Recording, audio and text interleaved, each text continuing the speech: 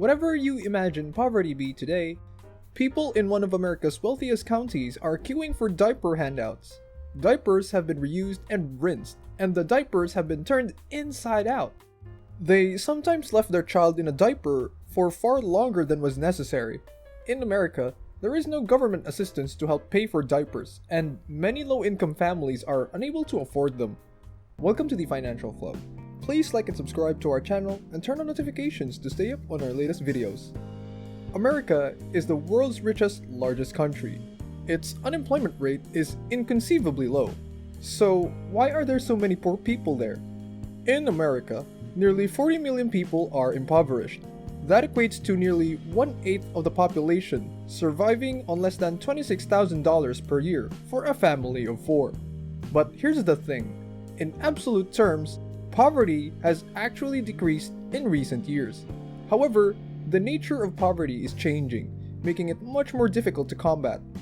Poverty was once primarily a city problem, but as housing costs skyrocketed, it spread to the suburbs. Suburbs now have 3 million more poor people than cities. However, suburban counties spend 1/10 as much as urban counties to support poor residents. As a result, some Lake County, Illinois residents rely on charity for diapers. The charity was founded in the basement of a local mother 9 years ago. Initially, she distributed used children's clothing to low-income families. However, she quickly discovered that there was an overwhelming need for diapers. Diapers cost $70 to $80 per month for each child. That is an expense that many families cannot afford.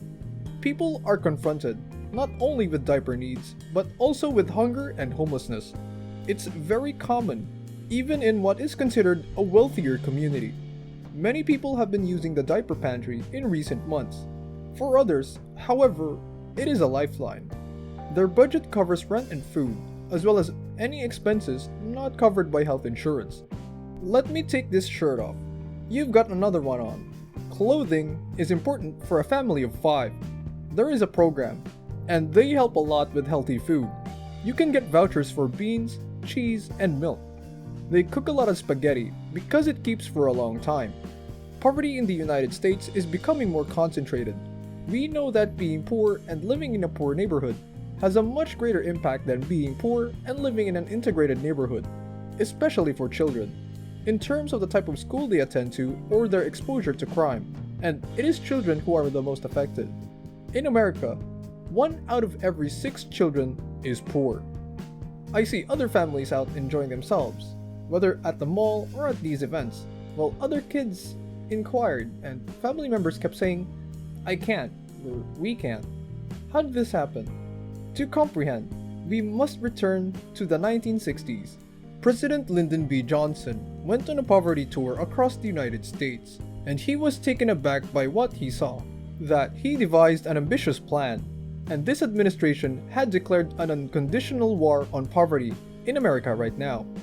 That war involved a slew of programs aimed at creating a safety net, many of which are still in place today. These included increasing both the cash benefit for the elderly, known as a Social Security, as well as food stamps, which assist low-income families in purchasing food. And largely, they were successful. If we ignore the safety net programs, roughly the same number of Americans are poor today as they were in the 1960s. However, when the impact of safety net programs is considered, the figure drops dramatically. Elder poverty was a major issue in the 1950s, but Social Security helped to significantly reduce the amount of poverty among the elderly. Sounds good, but not when compared to the efforts of other wealthier countries. America's poverty rate is comparatively low before the benefit of safety nets is applied. However, with it included, it is one of the worst performers, only slightly ahead of Costa Rica.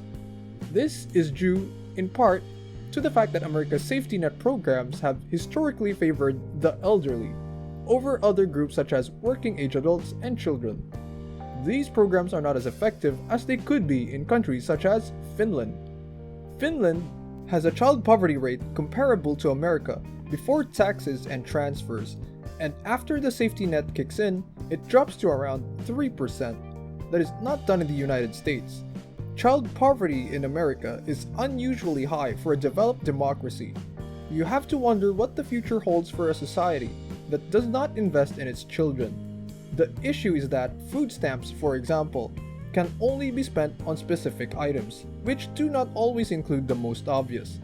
Unlike Social Security, where recipients are given cash to spend as they see fit. Every lunchtime, it's been a long day at the pantry. With an hour and a half left, they've distributed 5,925 diapers, and each week, an increasing number of families register. Diapers are not covered by the safety net programs that exist in the United States in general, and this is a common misconception in the community. The issue is that safety net programs are designed in such a way that many people do not qualify. They are constraining. There are increasingly behavioral conditions attached to them, and all of this can lead to a bureaucratic nightmare of red tape from which it is nearly impossible to escape. There is an ongoing debate in America about whether giving poor people cash leads to dependency. Though that may not be the case, evidence from other countries show that cash benefits can significantly reduce poverty. Since Canada implemented a child benefit of a few $100s per month, child poverty has decreased by about a third. It's reasonable to expect that a similar sized program in the United States would have the same effect. One Democratic presidential candidate has even made this a centerpiece of his campaign. Colorado Senator Michael Bennet has proposed $300 monthly cash transfers for each American child as a part of broader proposals to assist the poor. School children across the country are living in a time when income inequality is at its highest in 100 years. You've probably never heard of him, which says a lot about America's political appetite for poverty reduction, because poor people are much less likely to vote. Their issues are rarely popular. If you're working 2 jobs and trying to make sure your kids walk safely to school in a gang-infested neighborhood, are you going to your member of Congress, block party, and making a campaign donation in the hopes that he or she will listen to you? The pantry is shutting down for the day. Poverty does not have to be unavoidable for the families who use it. There is an escape route.